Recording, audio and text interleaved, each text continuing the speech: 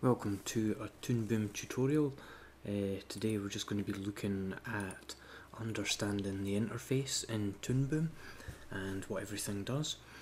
So up here we've got this section here, which is for drawing, and then you've got this section which is for the actual camera movements once your drawing is in the camera view. Now, to match these up as well, we've got two sections up here. You've got your drawing section here, where you actually draw your objects on. Let's have a look. As you can see, there they are. There. And then you've got the actual camera view mode, where you can edit the movement that your objects do with the buttons here. So you've got transform, rotate, scale and motion.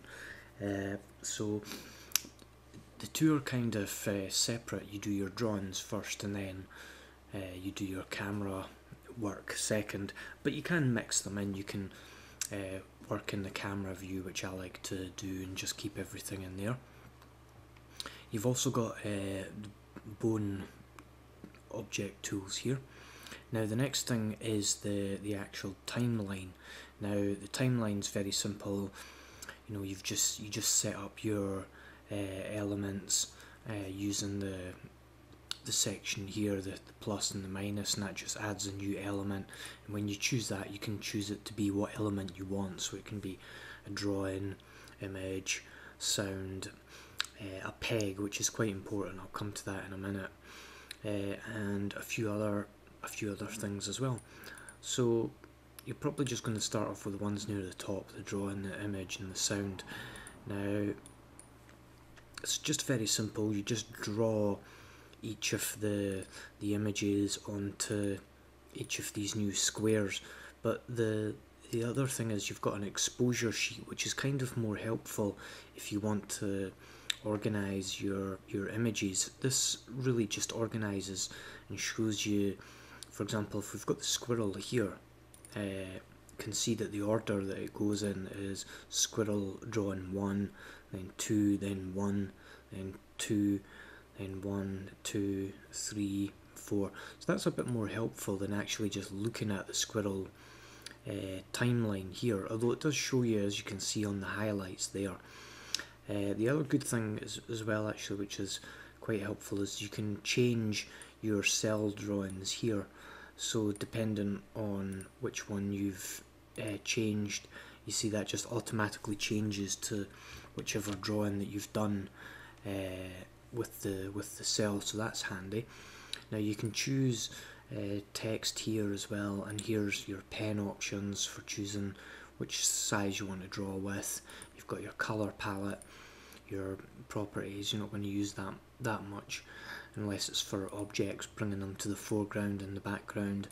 And then you've got your library as well, which is quite easy to use, and it gives you all the library objects in your scenes. If you want to add scenes, you have to come up to Window, add the Scene Manager, and you can add your scenes in there. And you've got a few other options, like here's your play.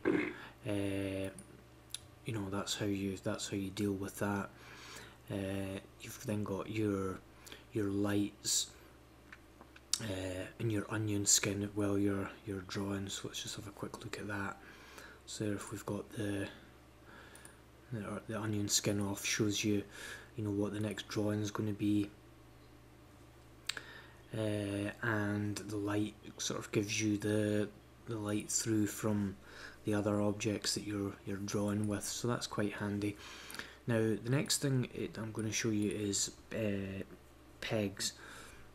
So pegs are just a way to sort of group together different objects, and if you're going to do a peg and you want it to sort of lock together a certain amount of objects, like let's say I wanted to lock down all of these objects into a single sort of layer, then I would use the peg tool. So let's see, I come up here and I just click add peg tool, and then I've got the peg tool there, and then select the layers that I want to drag into the peg, and there we go. Now that I've got them all in the peg, it makes it a bit easier to manipulate all of them.